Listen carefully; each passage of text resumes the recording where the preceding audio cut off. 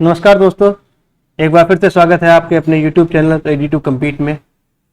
जैसा कि पिछले वीडियो में हम लोग मजदूरी भुगतान अधिनियम के बारे में पढ़ चुके थे, उसी क्रम में आज हम लोग पढ़ेंगे न्यूनतम मजदूरी अधिनियम 1948। जानेंगे कौन कौन सी धाराएं हम लोगों के लिए इम्पोर्टेंट हैं और उन धाराओं में क्या क्या कहा गया है, क्या क्या नियम बताए गए हैं। चलिए तो स्टार्ट करते हैं न्यूनतम मजदूरी अधिनियम 1948। सबसे पहले किसी भी नियम को बनाने की आवश्यकता क्यों पड़ी, इसके बारे में थोड़ा सा जान लेंगे, क्योंकि अगर उसको नहीं जानेंगे तो हमको चीज़ें समझ में नहीं आएंगी। तो जान लेते हैं कि आखिर अधिनियम की आवश्यकता क्यों पड़ी। अधिनियम की आवश्यकता इसलिए पड़ी कि छोटे नियोजन जो उद्योगों में श्रमिक संगठन होते हैं उनका अभाव था। जो उद्योग हुआ करते थे उनमें जो श्रमिकों के संगठन हुआ करते हैं, यूनियन हुआ करती है, ये सब पहले नहीं हुआ करता था। तो इस चक्कर में उद्योगपति जो थे, जितने भी नियोजक थे, वो मनमानी करते थे और मजदूरी का भुगतान सही समय पर या फिर कह सकते हैं सही जो पैसा उनको देना चाहिए उसको नहीं देते थे। असंगठित मजदूर सामूहिक सौदेबाजी या अन्य तरीकों से मजदूरी नहीं बढ़वा पाते थे और उनको काम भी करना पड़ता था उतने ही पैसे में, और कोई काम वो कर नहीं पाते थे।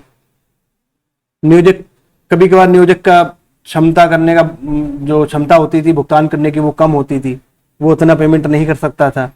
और कभी कभार नियोजक के मन में अधिक मुनाफा कमाने का भी लालच रहता था, उस वजह से वो मजदूरों को पूरी मजदूरी नहीं देता था और कम मजदूरी पे लोगों को रखता था कि इतने में ही काम मिलेगा, करना है तो करो, नहीं तो मत करो। ठीक है, इसके बारे में हम लोग जानेंगे। धारा एक में जो इसमें विस्तार एवं परिभाषा के बारे में बताया गया है। धारा 1 में बताया गया है कि जो इसका विस्तार है वो पूरे भारत देश में है और इसको केंद्र सरकार के द्वारा लागू किया गया था। इसको लागू कब किया गया था? 15 मार्च 1948 को इसको पूरे देश में लागू किया गया। धारा 2 हमको बताती है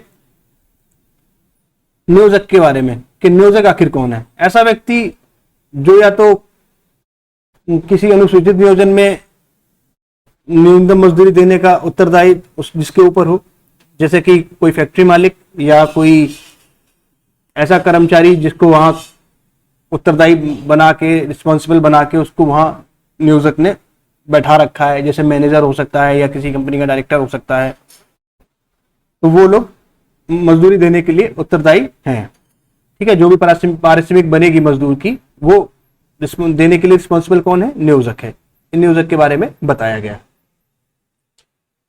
मजदूरी को धारा 2H में बताया गया है कि मजदूरी क्या है? ऐसे पारिश्रमिक है जिन्हें मुद्रा के रूप में व्यक्त किया जा सकता है तथा जो नियोजक द्वारा नियोजित व्यक्ति को संविदा की शर्तों को पूरा करने के लिए देय होता है। यानी कि जो हमने शर्त की थी कि हम आपको ये काम करना है, उसके लिए हम इतने पैसे देंगे आपको, तो ये चीज वही है कि मजदूरी क्या है कि जो मजदूरी, न्यूनतम मजदूरी जो है एक काम की, विशेष काम के लिए जो दी गई है, जो परिश्रम उसने किया है उसके लिए जो पारिश्रमिक बनता है उसका वो उसको देना पड़ेगा। इसमें आवासीय भत्ता शामिल हो सकता है, लेकिन कोई भी भविष्य निधि या यात्रा भत्ता ये सब शामिल नहीं हो सकते। ये धारा 2H में बताया गया है। धारा 2I में बताया गया है ऐसा व्यक्ति जो किसी ऐसे अनुसूचित नियोजन में मजदूरी की न्यूनतम दर नियत की जा चुकी है, जो कुशल हैं या अकुशल हैं या शारीरिक लिपिकीय कार्य करने में या भाड़े या पारिश्रमिक की पर नियोजित हैं। ऐसे मजदूर जो कि सेमी स्किल्ड या स्किल्ड या कह सकते हैं अनस्किल्ड है, यानी कि जो कुशल नहीं है, जो अकुशल है, या फिर जो पूरी तरीके से कुशल नहीं है, अर्ध कुशल है, ऐसे लोगों को इसमें शामिल किया गया है। लेकिन इसमें सशस्त्र बल नहीं आते हैं। सशस्त्र बल जितने भी हैं वो इसमें नहीं आते हैं। आगे चलते हैं, देखते हैं धारा 3 में क्या बताया गया। धारा 3 में बताया गया है न्यूनतम मजदूरी की दरों का नियतन एवं पुनरीक्षण, मतलब कि उनको निर्धारित करना न्यूनतम मजदूरी को और उनका पुनरीक्षण भी करना समय समय पर। तो इसमें बताया गया है कि समिति सरकार अधिनियम के अनुसूची भाग 1 तथा भाग 2 के लिए कर्मचारियों के देय न्यूनतम मजदूरी का निर्धारण कर सकती है। अनुसूची के भाग 1 के लिए न्यूनतम मजदूरी का निर्धारण पूरे राज्य के विशेष भागों में भी किया जा सकता है। मान लीजिए कि कोई किसी राज्य में माइंस किसी विशेष क्षेत्र में है और जहां पर मजदूरी की वो पूरे राज्य में मान लो 300 रुपये मजदूरी दर निर्धारित है, और अगर किसी माइंस में उनको मजदूरी दर ज्यादा नियत करनी है तो इसके लिए सरकार को, राज्य सरकार को अधिकार क्षेत्र धारा 3 देती है कि वो इस तरीके का निर्धारण कर सकती है। अब इसमें यह भी बताया गया है धारा 3 में कि मजदूरी का जो निर्धारण है, जो मजदूरी का जो निरीक्षण है वो 5 वर्षों के बाद में, यानी कि उसका अपडेशन जो है 5 वर्षों के अंतराल पर करना आवश्यक होगा। और जब तक मजदूरी की नई दर लागू नहीं होती है तब तक नियत की गई पुरानी दरों को ही लागू माना जाएगा। इसके बाद इसमें बताया गया है राज्य के जिस अनुसूचित नियोजन में काम करने वाले श्रमिकों की संख्या 1000 से कम होगी वहां सरकार चाहे तो मजदूरी दर नियत कर भी सकती है और नहीं भी कर सकती है। ये राज्य सरकार के अधिकार क्षेत्र में है। लेकिन अगर किसी उद्योग में या किसी फैक्ट्री में 1000 श्रमिक हैं तो वहां पर, या किसी नियोजन में 1000 श्रमिक वहां पर काम करते हैं पिछले 12 महीनों में किसी भी दिन, साल के किसी भी महीने में किसी भी दिन अगर 1000 श्रमिक काम करते हैं उस फैक्ट्री में या उस नियोजन में नियोजित हैं, तो वहां पर यह नियम लागू होगा ही होगा। यानी कि वहां न्यूनतम मजदूरी अधिनियम 1948 को लागू करना पड़ेगा। और सरकार इसमें निम्न प्रकार से मजदूरी दर नियत कर सकती है। कौन कौन सी है? कालानुपाती काम के न्यूनतम कालानुपाती दर से, यानी कि जो टाइम पीरियड है उसके अनुसार कर सकती है। 1 घंटे का काम है, 2 घंटे का काम है, 3 घंटे के हिसाब से, 4 घंटे के हिसाब से, इस तरीके से टाइम वाइज भी वो, घंटे वाइज भी वो उसको निर्धारित कर सकती है मजदूरी को कि पर घंटे के हिसाब से आपको इतना पैसा दिया जाएगा। या मात्रा के अनुसार भी कर सकती है। जैसे मात्रा के अनुसार, जैसे कि भट्टों पे काम करने वाले जो मजदूर हैं उनको जो ईंटों को थापने के लिए या ईंटों को बनाने के लिए जो भी दिया जाता है कि चलो आपको 500 ईंटें आप बनाएंगे तो आपको इतना पैसा दिया जाएगा। या जो बीड़ी कर्मचारी हैं जो बीड़ी बनाते हैं, अगर जैसे 1000 बीड़ी पे उनको 50 रुपए दिया जाता है कि 1000 बीड़ी बनाओगे तो आपको 50 रुपए देंगे, तो ये भी न्यूनतम मजदूरी नियत की जा सकती है। इसके बाद मात्रानुपाती काम पर नियोजित कर्मचारियों के लिए प्रत्याभूति कालानुपाती दर से की जा सकती है। और ओवर टाइम के लिए ओवर टाइम के दर से, यानी कि अतिकाल का मतलब होता है ओवर टाइम। जो ओवर टाइम काम करेगा, जो उसकी मजदूरी नियत है जिस टाइम के लिए, अगर उससे वो ज्यादा काम करता है तो उसके लिए जो उसको पेमेंट होगा वो न्यूनतम मजदूरी से दुगना होगा। ओवर टाइम हमेशा न्यूनतम मजदूरी से दुगना होगा। और इसी अधिनियम में बताया गया है, अधिनियम के तहत न्यूनतम मजदूरी के दरों के नियतन या प्रेक्षण में अलग अलग नियोजन में जो मजदूरी है और न्यूनतम मजदूरी वो अलग अलग निर्धारित की जा सकती है, और अलग अलग अनुसूचित नियोजन के लिए अलग अलग हो सकती है। और एक ही फैक्ट्री या एक ही नियोजन में अलग अलग कार्यों के लिए अलग अलग न्यूनतम मजदूरी भी की जा सकती है। अब वयस्क है, तरुण है या बालक है या प्रशिक्षु है, इसके लिए भी अलग अलग मजदूरी नियत की जा सकती है। और न्यूनतम मजदूरी दरों, घंटे, महीने या कालावधि के आधार पर नियत की जा सकती है। भाई घंटे के हिसाब से भी कर सकते हैं, महीने के हिसाब से भी कर सकते हैं, हफ्ते के हिसाब से भी कर सकते हैं जिसमें दिन दे रखा है। ठीक है, तो ये चीजें इंपॉर्टेंट है, इसके बारे में क्वेश्चन बन सकता है आपसे। धारा 4 में दिया गया है नियत या पुनश्चित की जाने वाली मजदूरी की दरें। मजदूरी की मूल दर एवं परिवर्तित निर्वाह व्यय भत्ता सहित रहित मजदूरी की मूल दर तथा अनिवार्य वस्तुओं के रियायती दरों पर नगद मूल्य, यानी कि जो नियत की जाएंगी मजदूरी, वो ये देखा जाएगा कि मार्केट में जो जीवन को निर्वाह करने के लिए वस्तुएं हैं वो उनकी दर क्या है, वो कितने दर पर मिल रही है, उसी हिसाब से मजदूरी को निर्धारित किया जाएगा।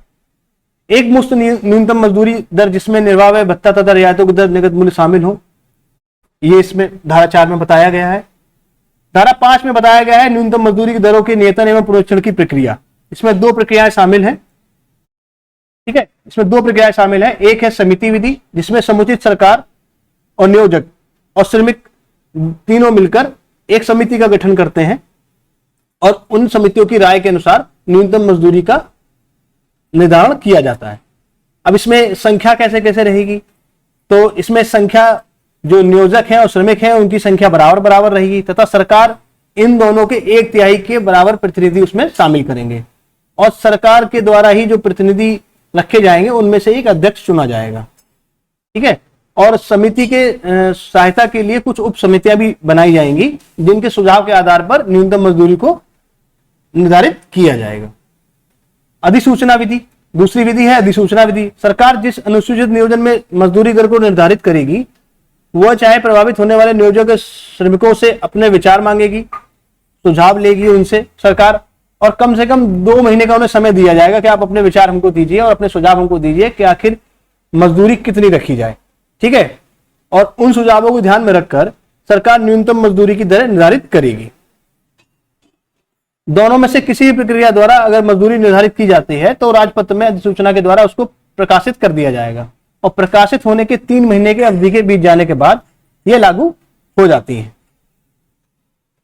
इसके बाद चलेंगे धारा 7 में, जिसमें सलाहकार बोर्ड के बारे में बताया गया है। धारा 5 के अंतर्गत गठित समितियों एवं उप समितियों के सहायता के लिए समूची सरकार द्वारा सलाहकार बोर्ड का गठन किया जाएगा। धारा 8 में बताया गया है सलाहकार केंद्रीय सलाहकार बोर्ड के बारे में। तो केंद्र सरकार एवं राज्य सरकार को न्यूनतम मजदूरी के नियंत्रण एवं पुनरीक्षण तथा समितियों उप समितियों के सहायता केंद्र सरकार तथा गठित जिसमें सरकार नियोजक एवं मजदूरों के प्रतिनिधि होते हैं। मतलब कि केंद्र सरकार भी एक सलाहकार बोर्ड निर्धारित कर सकती है धारा 8 के तहत कि जिससे कि न्यूनतम मजदूरी निर्धारित की जा सके। धारा 9 के तहत भी समिति एवं उप समिति एवं सलाहकार बोर्ड की संरचनाएं बताई गई हैं। नियोजन एवं कर्मचारी के प्रतिनिधि बराबर की संख्या में होंगे तथा स्वतंत्र सरकार के प्रतिनिधि कुल संख्या का 1/3 एवं स्वतंत्र प्रतिनिधि में से एक व्यक्ति अध्यक्ष होगा, जैसे कि हम लोग पिछली धारा में पढ़ चुके हैं। तो इसमें समिति का प्रारूप बताया गया है कि कितनी कितनी संख्या होगी और कौन उसमें अध्यक्ष होगा। धारा 9 में यह बताया गया है। धारा 11 पढ़ेंगे। धारा 11 में मजदूरी को डिफाइन किया गया है। न्यूनतम मजदूरी का भुगतान नगद मुद्रा में किया जाएगा, लेकिन जहां आंशिक मजदूरी मुद्रा में आंशिक वस्तु के रूप में देने की परंपरा है तो वहां समुचित सरकार इसके लिए नियम बना सकती है। ये उस राज्य सरकार के अधिकार क्षेत्र में है। धारा 12 में न्यूनतम मजदूरी का भुगतान के बारे में बताया गया है। जिस अनुसूचित नियोजन में मजदूरी की न्यूनतम दर नियत की जा चुकी है उसमें नियत दर से कम की मजदूरी का भुगतान नहीं किया जाएगा। न्यूनतम मजदूरी में केवल मजदूरी भुगतान अधिनियम 1936 के तहत जो कटौतियां मान्य है वही केवल होंगी, इसके अलावा कोई भी कटौती इसमें नहीं की जाएगी। धारा 13 में सामान्य कार्य घंटों का वेतन बताया गया है, यानी कि निर्धारण किया गया है। समुचित सरकार द्वारा अधिकार क्षेत्र है कि वो सामान्य कार्य घंटों का निर्धारण करें और कर्मचारियों के दैनिक कार्य को निर्धारित करते हुए उनको एक विश्राम भी दिया जाएगा। तो एक इंटरवल की व्यवस्था कर सकते हैं। ये इंटरवल 1 से अधिक भी हो सकते हैं और प्रत्येक 7 दिन की अवधि के लिए एक विश्राम की भी व्यवस्था की जाएगी। ये सरकार द्वारा धारा 13 में सरकार को ये अधिकार क्षेत्र दिया गया है, राज्य सरकार को ये इसमें निर्धारित कर सकती है। और विश्राम के दिन अगर किसी से श्रमिक से काम कराया जाता है तो उसका जो भुगतान होगा वो ओवर टाइम यानी अतिकाल की दर से होगा। जैसा कि मैं बता चुका हूं आपको कि जो ओवर टाइम होगा वो न्यूनतम मजदूरी के दुगनी की दर से दे होगा। ठीक है, तो चलिए आगे पढ़ते हैं। धारा 14 जिसमें अतिकाल के बारे में बताया गया है, यानी कि ओवर टाइम। सामान्य कार्य के घंटों से अधिक कार्य करने वाले श्रमिकों को अधिकार दर से भुगतान किया जाएगा। अतिकाल दर सामान्य कार्य के दर से दोगुना होता है, ये मैं आपको बता चुका हूं। धारा 15 में सामान्य कार्य के घंटों के दर से काम करने वाले श्रमिक की मजदूरी के बारे में बताया गया है।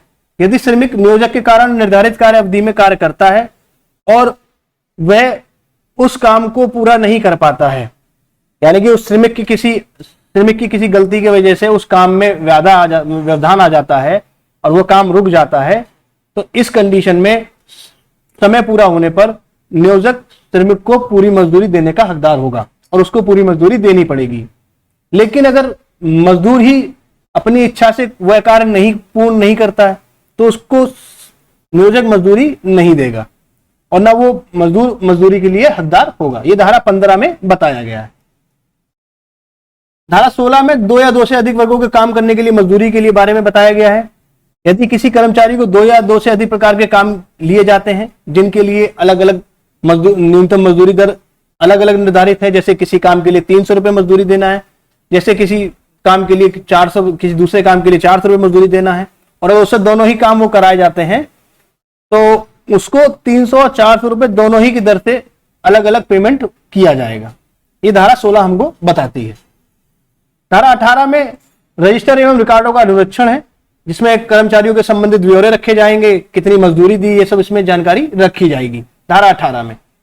धारा 19 में एक निरीक्षक रखा जाएगा जो कि राज्य सरकार द्वारा नियुक्त किया जाएगा, और इसको अधिकार क्षेत्र होगा इसमें कि वो किसी भी संस्थान में, संबंधित संस्थान में प्रवेश कर सकेगा, रजिस्टरों की जांच कर सकेगा और किसी व्यक्ति का अवकथन भी ले सकेगा, यानी कि किसी की गवाही लेनी है किसी केस में या कुछ पूछताछ करनी है कि ऐसा यहाँ हो रहा है या नहीं हो रहा है, तो इसके लिए उसको अधिकार है, निरीक्षक इन चीजों की जांच वो कर सकता है। धारा 19 उसको ये अधिकार देती है।